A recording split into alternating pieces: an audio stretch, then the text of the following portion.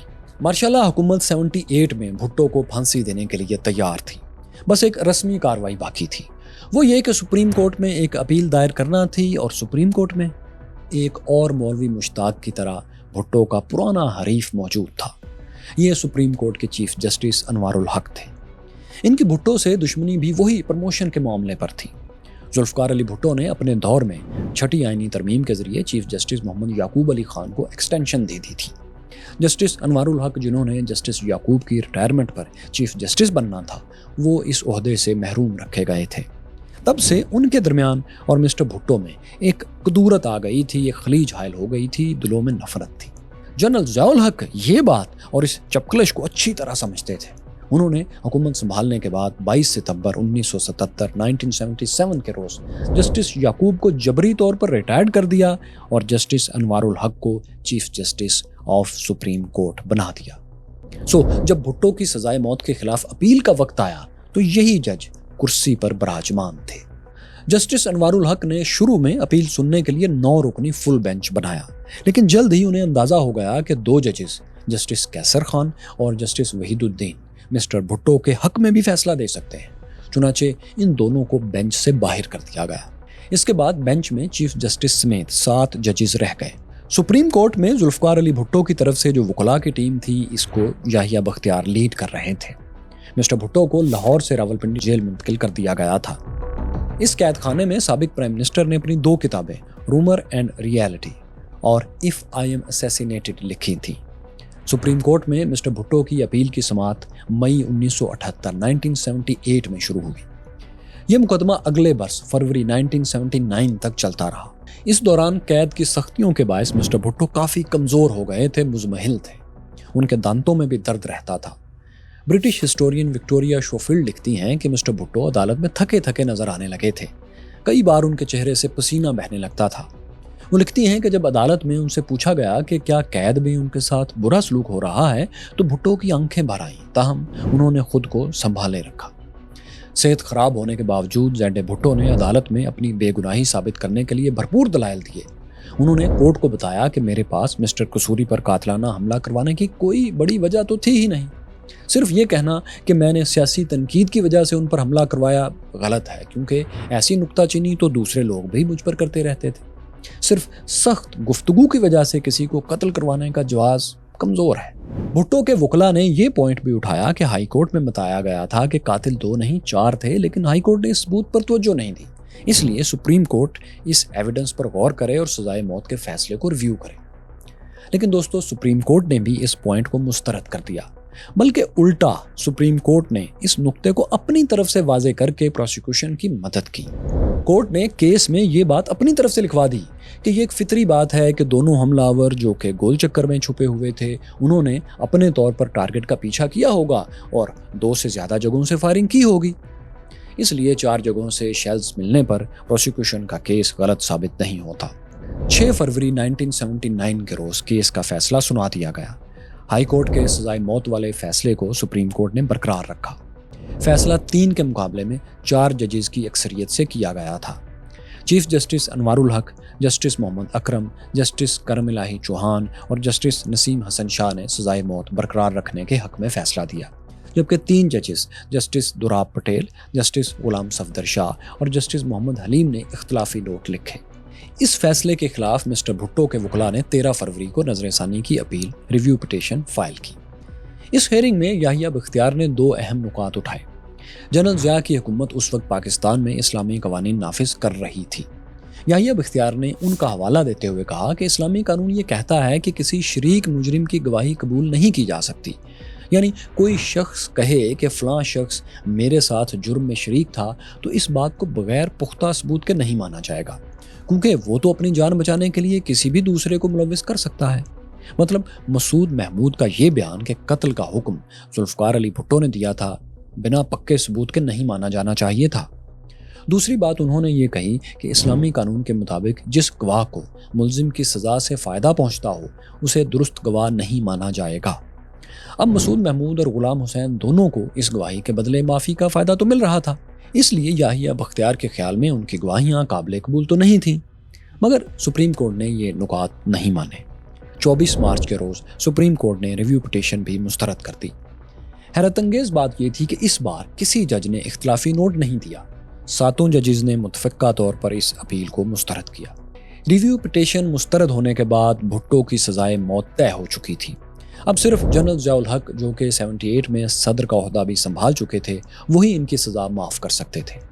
اگر international community بھرپور دباؤ ڈالتی، معنی خیز دباؤ ڈالتی تو شاید سزائے موت پر عمل نہ ہوتا، لیکن ہوا یہ کہ دنیا کے طاقتور ممالک نے اس معاملے میں کوئی زیادہ ایکشن نہیں لیا، دلچسپی نہیں دکھائی۔ امریکہ، سوویت روس، چین، سعودی عرب اور کئی دیگر ممالک نے رسمی طور پر رحم کی اپیلیں کیں، لیکن ان اپیلوں کے ساتھ پابندیاں لگانے یا کوئی سخت قدم اٹھانے کی بات نہیں کی گئی۔ چین اور امریکہ جن کا پاکستانی حکومت پر بہت اثر و رسوخ تھا، انہوں نے بھی معنی خیز دباؤ نہیں ڈالا۔ اس کی وجہ یہ تھی کہ امریکہ کو سوویت روس کے خلاف افغان جہاد کے لیے جنرل ضیاء الحق کی اشد ضرورت پڑ چکی تھی۔ چین بھی اپنے لیڈر ڈینگ جیاؤپنگ کی قیادت میں دوسرے ملکوں کے اندرونی جھگڑوں سے خود کو دور رکھے ہوئے تھا۔ جنرل ضیاء الحق نے ہلکی پھلکی انٹرنیشنل اپیلوں کو بہت آسانی سے مسترد کر دیا۔ اس سب کے بعد اب ایک ہی صورت تھی کہ بھٹو خاندان کے لوگ براہ راست صدر ضیاء سے رحم کی اپیل کریں۔ زیڈ بھٹو کہہ چکے تھے کہ میں یا میرے خاندان کے لوگ کوئی رحم کی اپیل نہیں کریں گے، لیکن ان کے کچھ قریبی لوگوں نے بھٹو کی محبت میں صدر کو یہ اپیلیں بھیج دی۔ ایک اپیل بھٹو کی سوتیلی بہن بیگم امتیاز شہر بانو نے 1 اپریل کو دائر کی۔ ان کے علاوہ پیپلز پارٹی کی سینٹرل کمیٹی اور مسٹر بھٹو کے قریبی ساتھی عبدالحفیظ پیرزادہ نے بھی رحم کی درخواست کی۔ 1 اپریل کو لا منسٹری کے سیکٹری ارشاد خان اور وائس آرمی چیف KM عارف صدر ضیاء الحق سے ملے۔ انہوں نے یہ اپیلیں جنرل ضیاء کے حوالے کی، لیکن جنرل ضیاء الحق نے انہیں پڑھے بغیر مسترد کر دیا۔ 3 اپریل کو ذوالفقار علی بھٹو کی بے نظیر اور بیگم نصرت بھٹو سے آخری ملاقات کروا دی گئی۔ اس کے بعد 3 اور 4 اپریل کی درمیانی رات 2 بجے انہیں تختہ دار پر لٹکا دیا گیا۔ پیپلز پارٹی کے رہنما سلمان تاثیر لکھتے ہیں کہ بھٹو کے آخری الفاظ تھے finish it. General Zia ul-Haq کا یہ so called rule of law mister Bhutto کو ان کے سپورٹرز کی نظر میں ہیرو بنا گیا۔ وہ آمریت کے خلاف مزاحمت کی علامت بن گئے۔ پنجاب کے مشہور شاعر نصیر قوی نے بعد میں ایک نظم لکھی جس کا یہ شعر امر ہو گیا: یہ بازی خون کی بازی ہے، یہ بازی تم ہی ہارو گے، ہر گھر سے بھٹو نکلے گا، تم کتنے بھٹو مارو گے۔ ذوالفقار علی بھٹو کے عدالتی قتل کے لیے حکومت نے ججز پر بھرپور دباؤ ڈالا تھا۔ عدالتی قتل کے دوران اور بعد میں برسوں تک ججز اور مارشاء لاء کے ساتھی یہ بات ماننے سے انکاری رہے، مگر برسوں بعد جنرل ضیاء الحق مارشاء لاء کے ایک بڑے سپورٹر اور بھٹو کو پھانسی کی سزا دینے والے جسٹس نسیم حسن شاہ نے اس کا اعتراف کیا۔ 2011 میں جب مرکز میں پیپلز پارٹی کی حکومت تھی تو صدر آصف علی زرداری نے بھٹو کیس ری اوپن کرنے کے لیے سپریم کورٹ میں ایک ریفرنس دائر کیا۔ اس ریفرنس میں کہا گیا تھا کہ بھٹو کا ٹرائل آزادانہ ماحول میں نہیں ہوا تھا، ضیاء کے دباؤ پر فیصلہ سنایا گیا تھا۔ اس وقت تک ریٹائرڈ جسٹس نسیم حسن شاہ بھی دباؤ کا اعتراف کر چکے تھے، درخواست کی گئی کہ مقدمہ دوبارہ چلا کر بھٹو کو بری قرار دیا جائے، مگر کیس کی سماعت سالوں مؤخر ہوتی رہی، تاریخ پر تاریخ پڑتی رہی۔ آخر کار 2023 میں جب Qazi Faez Isa chief justice of supreme court بنے تو انہوں نے اس کیس کے لیے 9 رکنی لارجر بینچ تشکیل دیا۔ پھر باقاعدہ سماعت شروع ہوئی جو لائیو دکھائی گئی۔ سینیٹر فاروق ایچ نائک کی قیادت میں وکلاء ٹیم نے بھٹو کی سزا کے خلاف دلائل دیے۔ 6 مارچ 2024 کو سپریم کورٹ نے فیصلہ دیا۔ اس میں کہا گیا تھا کہ ذوالفقار علی بھٹو کو شفاف ٹرائل کا حق نہیں دیا گیا۔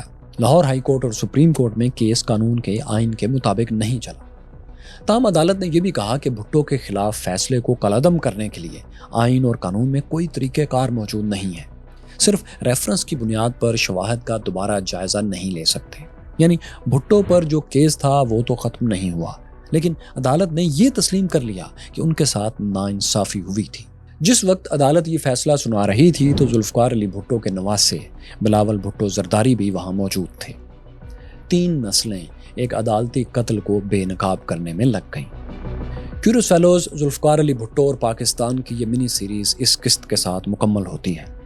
ہم نے اس آخری قسط میں بھٹو کی پھانسی سے پہلے کے 4 دن کی کہانی تفصیل سے نہیں دکھائی، کیونکہ یہ کہانی ہم ایک اور ڈاکومنٹری میں بہت تفصیل کے ساتھ آپ کو دکھا چکے ہیں۔ اگر آپ نے وہ ڈاکومنٹری نہیں دیکھی تو آپ یہاں ٹچ کر سکتے ہیں۔